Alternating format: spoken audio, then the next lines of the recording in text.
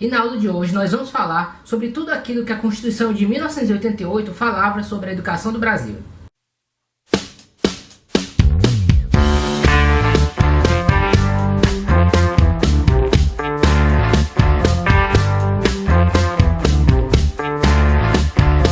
Ao longo da história do Brasil, nosso país teve várias constituições. Aquela que atualmente é vigente, ela foi feita em 1988 e vamos destacar os pontos que consideramos principais para entender a educação brasileira. O artigo 205 da Constituição deixa bem claro que a educação é direito de todos e dever do Estado e da família.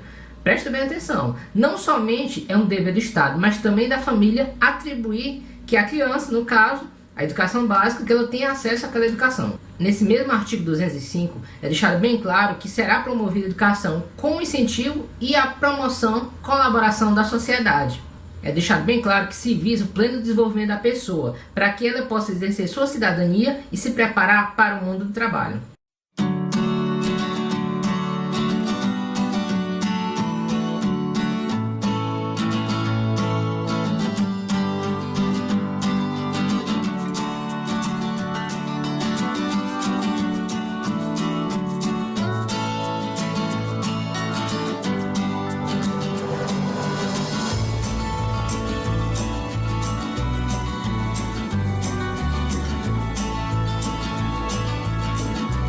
Já o artigo 206 traz alguns princípios norteadores da educação. O inciso 1º do artigo 206 deixa bem claro que deve haver condições de igualdade para o acesso e permanência na escola. Já o inciso 2º do mesmo artigo, ele foca muito na questão da liberdade, que deve haver liberdade de aprender, ensinar, de transmitir as ideias. O inciso 3º do mesmo artigo fala então que tem que haver um pluralismo de ideias e concepções pedagógicas, prevendo já a existência tanto de instituições públicas como privadas de educação. Então, olhando para esse inciso, percebemos que, por lei, baseado na Constituição, não é permitido que existam somente instituições privadas de ensino, como também não somente as instituições públicas. Já o inciso 4 deixa bem claro que tem que haver a gratuidade em instituições oficiais de ensino. Já o inciso 5 do mesmo artigo fala da questão da valorização profissional, prevendo a existência do piso salarial dos professores, uma jornada de trabalho estabelecida e existindo também um plano de cargos e carreiras.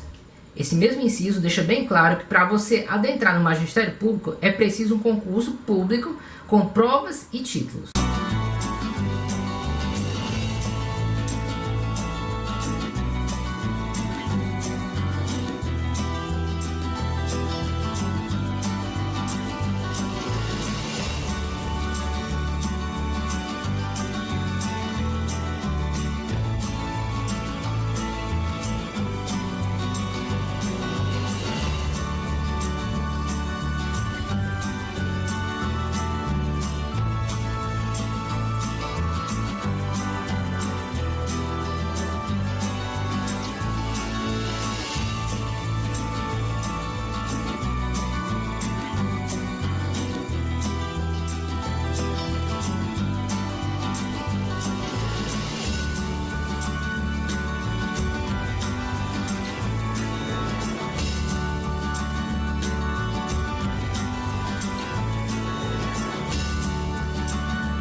Já o artigo 207 vem tratar da questão do ensino superior no Brasil, deixando bem claro que as universidades têm uma grande autonomia, seja administrativa, financeira. Contudo, elas têm que primar pela questão do ensino, da pesquisa e da extensão, sendo esses três pilares indissociáveis.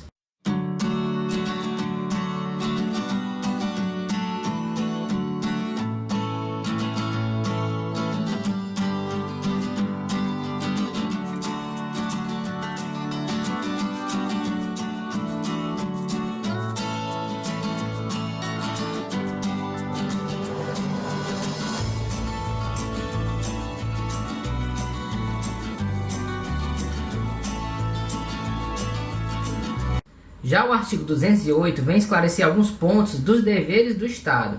A primeira observação é quanto ao ensino fundamental, garantindo que existam vagas em instituições públicas e também vagas para aqueles que não puderam fazer o ensino fundamental na época certa. E é nesse ponto que a gente vai lembrar então que é esse inciso que permite a criação dos SEJAs, Tempo de Avançar, todos esses projetos que vieram dar educação para pessoas já de mais idade que não puderam concluir o seu ensino fundamental. O inciso 2º do mesmo artigo já previa a progressiva expansão da obrigatoriedade do ensino médio. O inciso 3 do artigo 208 vinha tratar da questão da educação especial, tornando ela uma obrigação, um dever do Estado. E no inciso 4 se colocava a questão do atendimento em creche e pré-escola para crianças de 0 a 6 anos. O inciso 5 do mesmo artigo tratava, digamos assim, da possibilidade da oferta de níveis mais elevados de ensino.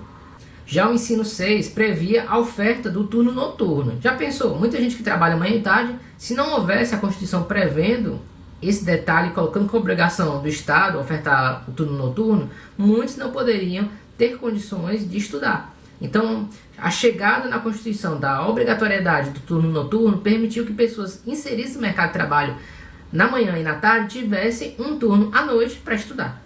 Já o inciso 7 traz um conjunto de suplementos para a educação, que no caso seria o que? Assistência à saúde, programas para auxiliar no fardamento, na alimentação. Na sequência aparecem 3 parágrafos. O parágrafo 1º diz que o acesso ao ensino obrigatório e gratuito é direito subjetivo do Estado. Já o parágrafo 2º estabelece que o não oferecimento desse ensino público, ele vira uma responsabilidade que a autoridade competente vai responder. E o parágrafo 3º estabelece que compete ao poder público fazer a frequência dos estudantes, zelando junto com a família pela frequência à escola.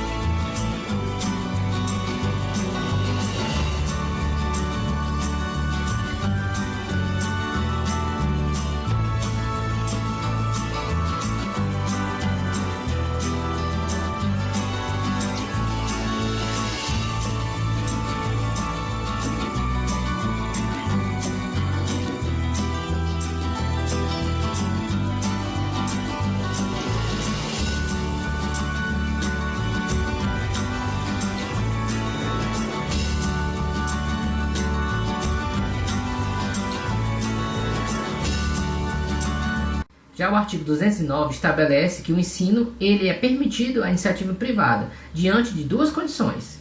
A primeira é que deve ser atendida às normas gerais da educação nacional, ou seja, a iniciativa privada ela não pode ter leis diferentes ou normas, funcionamento diferente das demais instituições de ensino. E o segundo ponto, presente no 2º inciso, estabelece que essas instituições privadas de ensino elas serão autorizadas e avaliadas pelo poder público.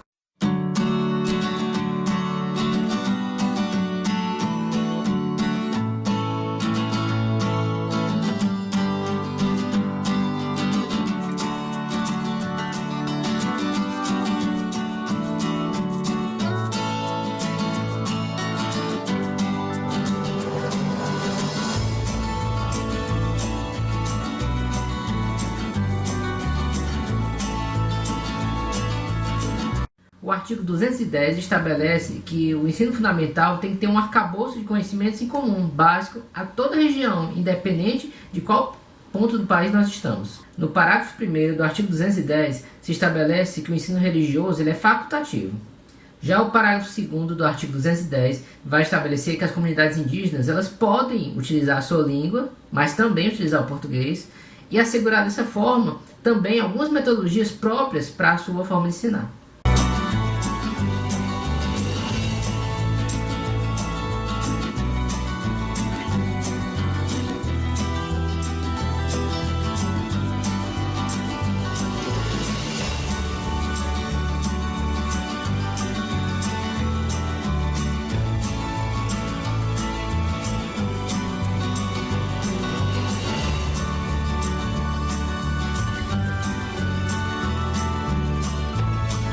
O artigo 211 ele vai tratar muito para dizer quem é responsabilidade de qual sistema de ensino.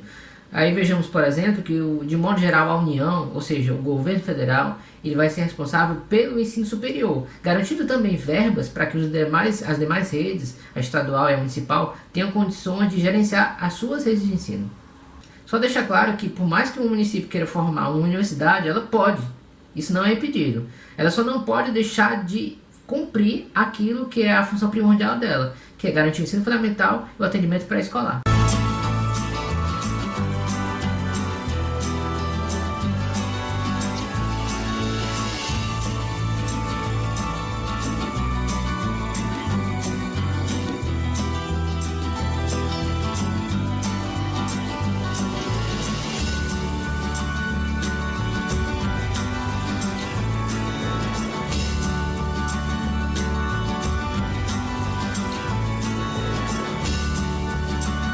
E na sequência da Constituição nós vemos as frações de verba que fica a União necessariamente carregada de mandar para estados e municípios. É interessante que quem está acompanhando esse vídeo, então atente os slides que eu vou ver aqui na sequência, para que você possa ter certeza desses valores. Então é muito você sentar, estudar e estar acompanhando detalhadamente essas frações. Ah, Daniel, vai pedir numa prova de mestrado, de concurso público? Sim, tende a pedir esses detalhes.